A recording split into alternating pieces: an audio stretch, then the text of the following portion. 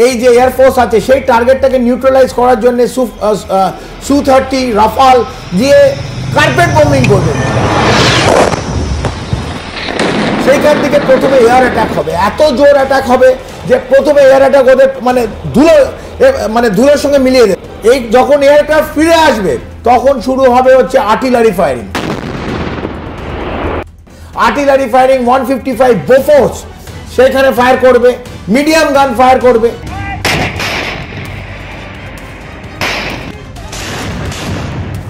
তার সঙ্গে যাবে হচ্ছে টার্গেটেড মিসাইল অ্যাটাক, একদিকে আকাশ যাবে, একদিকে নাক যাবে, এই বিভিন্ন মিসাইল অ্যাটাক ওই একই জোনে। আমি শুধু একটা ফ্রন্টের কথা বলছি,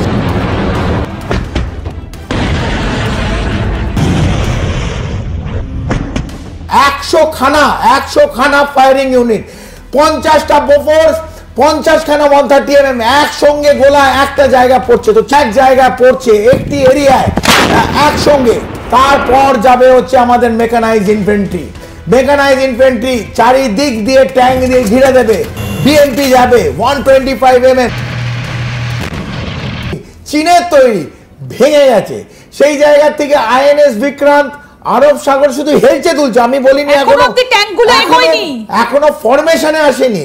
যেদিন আমাদের 40টা এই ক্যারিয়ার ব্যাটল গ্রুপ ফরমেশন এসে যাবে আরব সাগরে, আমি জানি না পাকিস্তানের এই করাচি বন্দর এবং গোয়াদার বন্দর বালুচিস্তানে বেঁচে থাকবে কিনা, মানচিত্রে না বেঁচে থাকবে কিনা। যেমন অপারেশন ট্রাইডেন্ট 1971 আমরা জ্বালিয়ে দিয়েছিলাম করাচি, এবং 3টে জাহাজের কিছু হাল পাওয়া গেছিল, কমপ্লিট জ্বলে গেছিল। এবং করাচি যখন পরের দিন সকালবেলা উঠেছিল, করাচি বন্দর দেখতে পাইনি, শুধু ওখানে কালো আর ছাই পড়েছিল। আবার 2025 সেই জায়গায় কার্গিল ওয়ারেও তো ভারত একটা ধৈর্যের পরীক্ষা দিয়েছিল। সেটা কতদিন, মানে যে 3রা মে তো শুরু হয়েছিল যুদ্ধটা, তার আগে কতদিন ধৈর্যের পরীক্ষা দিয়েছিল? দেখুন, আমরাও এই অপারেশন যেটা বিজয় আমরা যেটা কার্গিল বলি, সেইখানটাও আমরা দেখেছি যে এই দেখুন, টু ব্লিড ইন্ডিয়া বাই 1000 কাজ, এটা তো 1989 থেকে শুরু হয়েছে, 1989, এবং ভারতকে বারবার আঘাত করেছে। আপনি বিভিন্ন আঘাত 26/11 থেকে নিয়ে উড়ি, বালাকোট, পুনে জার্মান বেকারি, 26/11 বললাম, মুম্বাই পাঠানকোট অ্যাটাক, তারপরে আপনার জম্মুতে কালুচকে অ্যাটাক, পার্লামেন্ট অ্যাটাক 13ই ডিসেম্বর 2001, তো তারপর রব পরাক্রম হয়েছিল।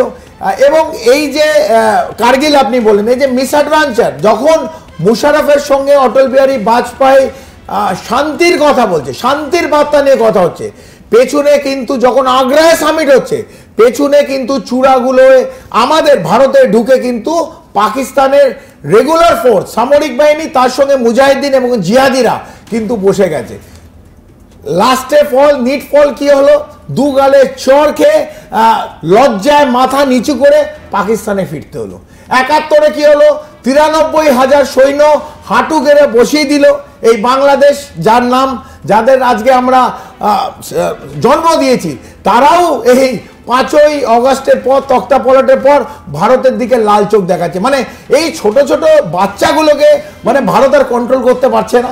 যখন বাচ্চা মানে পাকিস্তান হচ্ছে মানে কি বাচ্চা, অরফ্যান, আমি কি বাচ্চা বলবো, মানে এরম যে একটা বাচ্চা হতে পারে যে কান মলে দেবার পরও ঠিক হচ্ছে না, আমাকে লজ্জা হয় না, বেদরব চর ফর মেরে একে রাখতে হবে।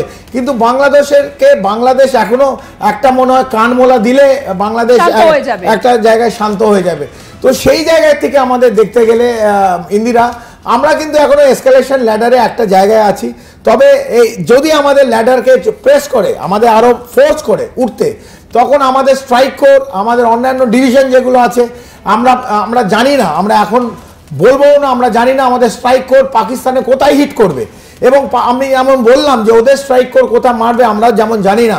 আমাদের স্ট্রাইক কোরের মুভমেন্ট, আমি যেহেতু ওই ওয়ান অফ দ্য কোরে ছিলাম, আমি জানি যে আমাদের স্ট্রাইক কোর পাকিস্তানকে কি করতে পারে, এবং আমাদের যে আর্মার ডিভিশন, মেকানাইজ ফরমেশন, তাদের যে পাওয়ার, যাদের যে ফায়ার পাওয়ার, এবং একসঙ্গে আমরা যেটা কথা বলছিলাম যে যুদ্ধের ব্যাপার, যখন আমরা কোনো টার্গেট দেখব, প্রথমে তো আমাদের এই যে এয়ারফোর্স আছে সেই টার্গেটটাকে নিউট্রালাইজ করার জন্য Su-30 রাফাল গিয়ে কার্পেট বোম্বিং করবে, মেরে মেরে ওটাকে একদম শেষ করে দেবে।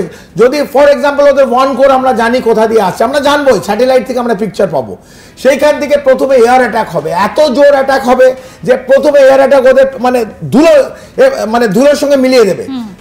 এই যখন এয়ারক্রাফট ফিরে আসবে তখন শুরু হবে হচ্ছে আর্টিলারি ফায়ারিং। 155 বোফোর্স সেখানে ফায়ার করবে, মিডিয়াম গান ফায়ার করবে, এবং ওই যখন ফায়ারিং হচ্ছে এবং ওদের যে ট্রুপ মুভমেন্ট হচ্ছে পাকিস্তানের তরফ থেকে আমাদের তরফে আসছে, এই আমরা যেটা দেখছি, এই যে বোফোর্স 15 mm 130 mm মিডিয়াম গান, এরা যখন ফায়ার করবে একের পর এক ফায়ার ওদের ওপর চলতে থাকবে। তার সঙ্গে যাবে হচ্ছে টার্গেটেড মিসাইল অ্যাটাক, একদিকে আকাশ যাবে, একদিকে নাক যাবে, এই বিভিন্ন মিসাইল অ্যাটাক ওই একই জোনে। আমি শুধু একটা ফ্রন্টের কথা বলছি, সেই ফ্রন্টে অ্যাটাক চলবে, মিসাইল অ্যাটাক একদিকে যাচ্ছে, এইদিকে মিডিয়াম গান, এবং এটা একটা দুটো না, 100 খানা ফায়ারিং ইউনিট, 50টা বোফোর্স, 50 খানা 130 mm একসঙ্গে গোলা একটা জায়গা পড়ছে। তো চিন্তা করতে পারছেন ফায়ার পাওয়ার কি হবে। High explosive HE fire rounds এক জায়গায় পড়ছে একটি এরিয়ায় একসঙ্গে। তারপর যাবে হচ্ছে আমাদের মেকানাইজড ইনফ্যান্ট্রি চারিদিক দিয়ে ট্যাঙ্ক দিয়ে ঘিরে দেবে, BMP যাবে 125 mm, একের পর এক। The rate of fire is more than about 20 rounds in a minute. আপনি চিন্তা করুন, ওই দিক থেকে অ্যাটাক, যেই আমাদের ফাইটার জেট ফিরে আসবে, ওই দিক থেকে অ্যাটাক হেক্টর মানে অ্যাটাক হেলিকপ্টার, এই বিভিন্ন অ্যাটাক হেলিকপ্টার তাদের পর থেকে ফায়ার করবে। সৈন্য যে স্ট্রাইক করে আর্মার ডিভিশন আমাদের দিকে এগিয়ে আসছে, সেই যখন এই চারিদিকে আর্মার এগিয়ে যাচ্ছে, আপনারা দেখতে পাচ্ছেন আপনাদের স্ক্রিনে, বিভিন্ন ফরমেশনে, একটা ফরমেশন হয় অ্যারোহেড, হয় লাইন ফরমেশন, হয় জোয়ান ফরমেশন, হয় হেক্সাগন ফরমেশন হয়। এই ফরমেশনে কমপ্লিট আর্মার ট্যাঙ্ক এগিয়ে যাবে। যখন আর্মার্ড একটা জায়গায় নিয়ে নিচ্ছে, সঙ্গে সঙ্গে পেছন থেকে ইনফ্যান্ট্রি, আর্মার্ডের সাইড থেকে BMP এবং আমাদের ইনফ্যান্ট্রি ডিভিশন চারিদিক দিয়ে ঘিরে দেবে। এবং ইনফ্যান্ট্রি ওয়েপেন তখন মোটর ফায়ারিং চলবে, শোল্ডারে ইগলা ফায়ারিং হবে, রকেট লঞ্চার্স হবে, পেছন দিকে সৈন্যের ওপর MBRS multi barrel rocket launchers Pinaka fire করবে। সো দিস ইজ দ্য, আমি এটা একটা ফ্রন্টে করলাম, এবং সঙ্গে সঙ্গে আমরা 10 কিলোমিটার অথবা 20 কিলোমিটার অথবা 50 কিলোমিটার ভেতরে ঢুকে যাব। ভেতরে ঢুকে ওই জায়গাটা ইনফ্যান্ট্রি এনশিওর করবে যে ওখানে যেন আবার উইথড্রল অ্যাটাক না হয়, উইথড্রল করে আবার যেন পাকিস্তান অ্যাটাক না করে, সেই জায়গাটা ওরা নিয়ে নেবে।